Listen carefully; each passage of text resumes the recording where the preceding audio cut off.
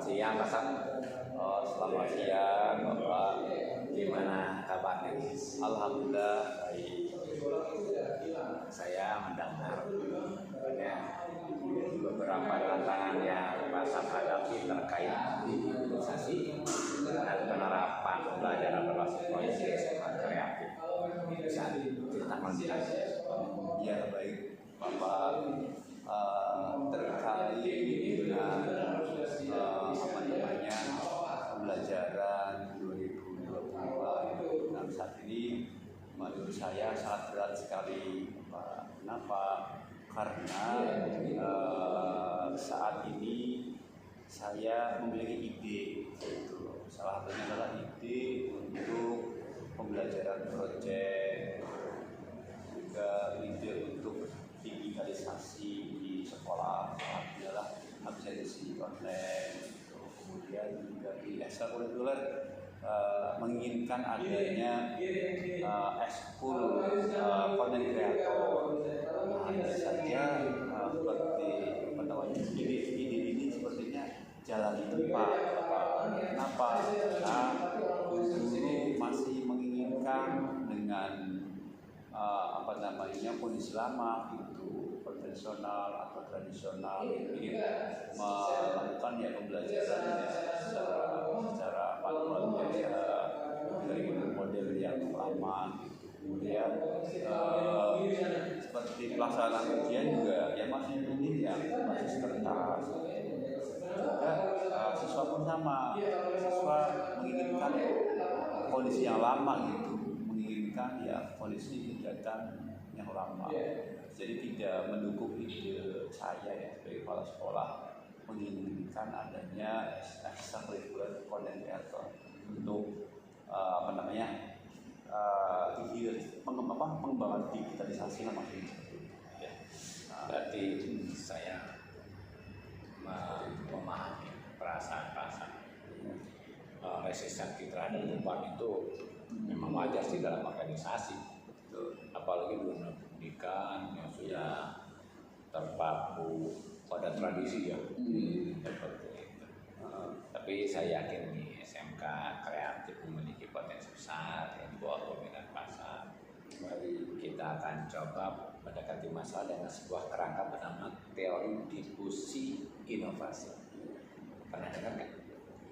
Sepertinya sih samar-samar pernah dengar itu teori difusi inovasi, tapi untuk penerapannya itu yang saya belum bisa yakin Jadi mohon bimbingannya seperti apa Baik. Jadi singkatnya teori ini menjelaskan bagaimana sebuah ide baru menyebar dalam suatu sistem sosial.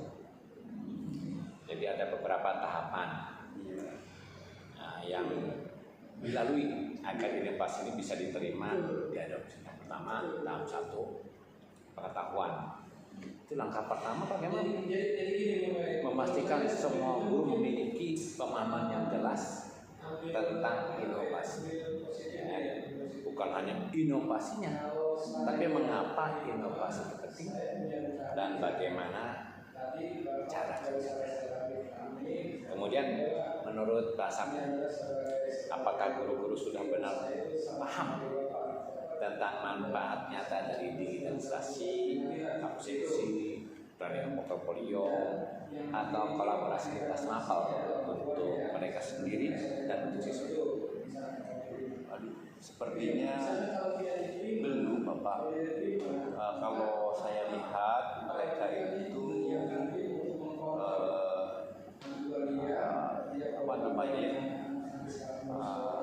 belum mengetahui itu, paling sebatas berpikiran bahwa mereka itu menganggapnya bahwa pelaksanaan pembelajaran yang model berbasis proyek ataupun yang digitalisasi itu dianggap sesuatu yang rumit. Jadi mereka berpikiran tidak bisa melaksanakannya. Itu kuncinya. Jadi saya sarankan anak workshop. Jadi undang narasumber dari sekolah lain, kemudian yang kira-kira mumpuni dan pengalaman praktis. Mungkin kita bisa agendakan kunjungan besar, kunjungan belajar kecil untuk perwakilan guru ke sekolah penerbangan. Kemudian melihat langsung akan sangat berbeda. Dan Pak Sam sendiri bisa melakukan demonstrasi kecil tentang kemudahan akses internet. Kunjungan belajar yang bagus ini menurut saya ya ide bagus lah ya.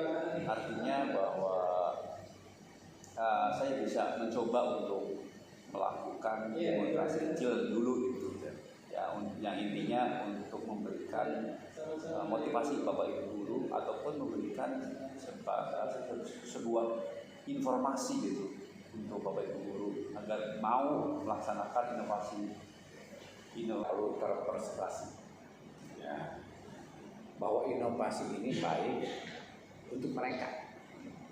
Ini tahap yang paling menantang.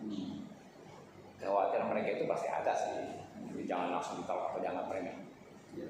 Ini bagaimana kalau kita adakan sesi diskusi kedua, di mana guru bisa mengungkapkan ketakutan mereka tanpa merasa dihakimi.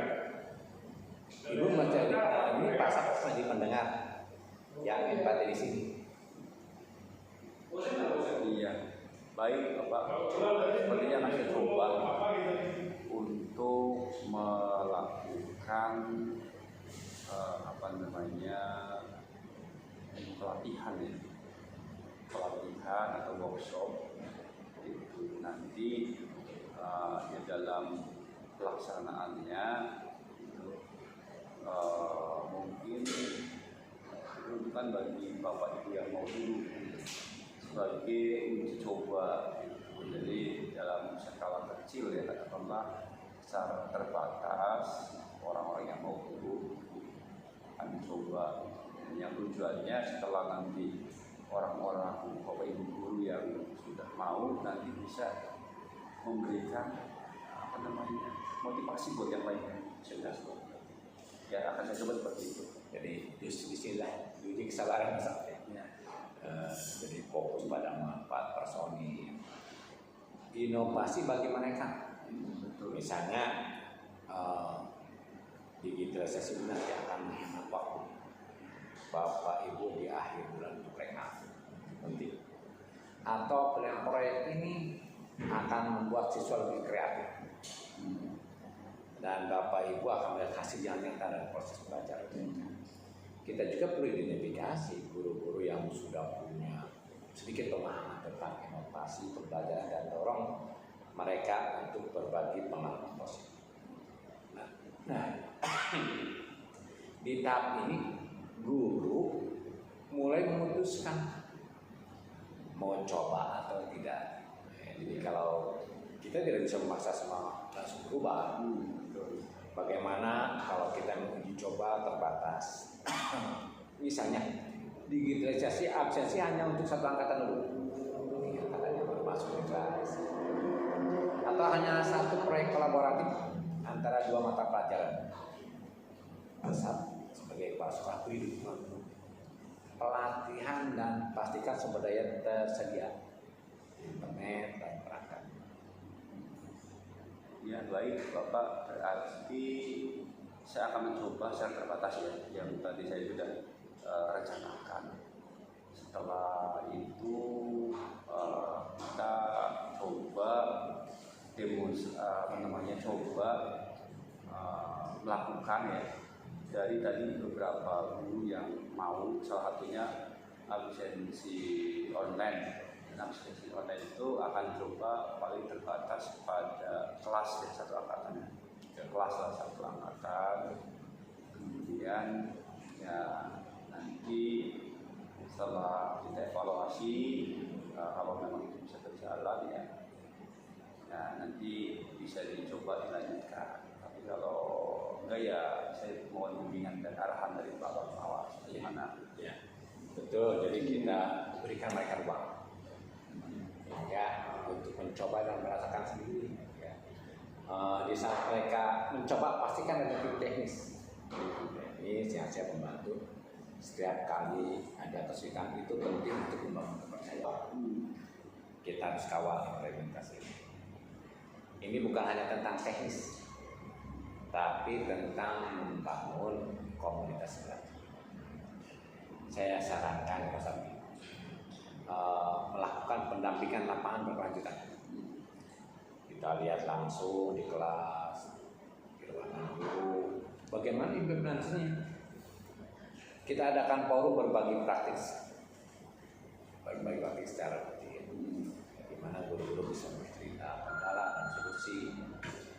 Dan yang penting harus fleksibel untuk memodifikasi inovasi jika ada masalah yang valid. Jangan terpaku pada satu metode saja. Untuk ekskul libatkan siswa yang punya minat sebagai pionir. Berikan. Ya baik Bapak, terkait ini sepertinya proses panjang ya Pak. Itu artinya dari kita melaksanakan yang kecil dari angkatan, kemudian kita juga banyak mendengar Bapak Ibu guru mau yang pendapat, karena kita tidak bisa memaksakan ya. Jadi intinya ya kita mencoba untuk melakukan inovasi ini. Dan semua Bapak Ibu guru juga paham bahwa inovasi penting, kemudian seperti itu ya Bapak, sehingga kita bisa melaksanakan dia semua. Tepat sekali. Ya. Jadi kita akan membangun kepercayaan dan mengurangi rasa terasing yang rasa-rasa. Terakhir dan ini untuk berkelanjutan adalah konfirmasi. Mereka perlu melihat keputusan adopsi itu mereka bilang.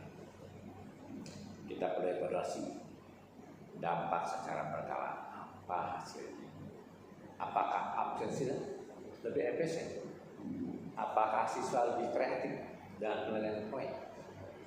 Komunikasikan kesuksesan ini secara luas di sekolah. Berikan penghargaan dan apresiasi kepada guru dan siswa yang sudah berani berinovasi. Kemudian pengakuan ini penting. Ini akan memperkuat keputusan mereka dan mendorong guru lain yang masih ragu. Baik Bapak, terima kasih bimbingannya. Jadi mungkin ini adalah awal ya, akan saya coba terkait dengan inovasi ini. Semoga nanti dengan menjadi inisiatif untuk bisa melaksanakan inovasi di dalam pembelajaran, inovasi di dalam kegiatan sekolah terkait dengan absensi sekolah untuk meningkatkan kedisiplinan baik itu guru dan siswa. Ya, terima kasih Bapak atas arahannya. Semoga ini bisa berjalan secara bertahap tadi ya, dengan ide ini itu dari yang terbatas untuk satu angkatan ya. Kemudian nanti kalau ini saya berjalan dengan baik ya, nanti akan dilanjutkan ke tingkat semuanya ya. Terima kasih. Tapi saya mohon bimbingan dan pantauan dari Bapak pengawas ya untuk pelaksanaan. Ya, terima kasih. Ya, jadi yang jelas betul ya Pak Sab. Dengan pendekatan berdasarkan teori inovasi ini kita bisa mengurangi resiko, membangun pemahaman, ya, dan perlahan mengubah SMK kreatif menjadi sekolah yang benar-benar inovatif. Ya. Dan adaptif kita mulai dari mana dulu? Mungkin dengan workshop pengenalan atau dan lain-lain. Ya, baik terima kasih Bapak. Mungkin akan dimulai dari workshop terlebih dahulu. Ya, kalau memungkinkan juga boleh dengan belajar. Hanya terbatas mungkin manajemen saja. Kepala sekolah, wakil kepala sekolah, dan nanti mungkin ada beberapa guru untuk kunjungannya. Kemudian setelah itu rencananya ya buat workshop dari kemudian pelaksanaan terbatas. Kira-kira itu. Ya, kita coba sampai ya. Ayo, baik, selamat pagi. Bapak.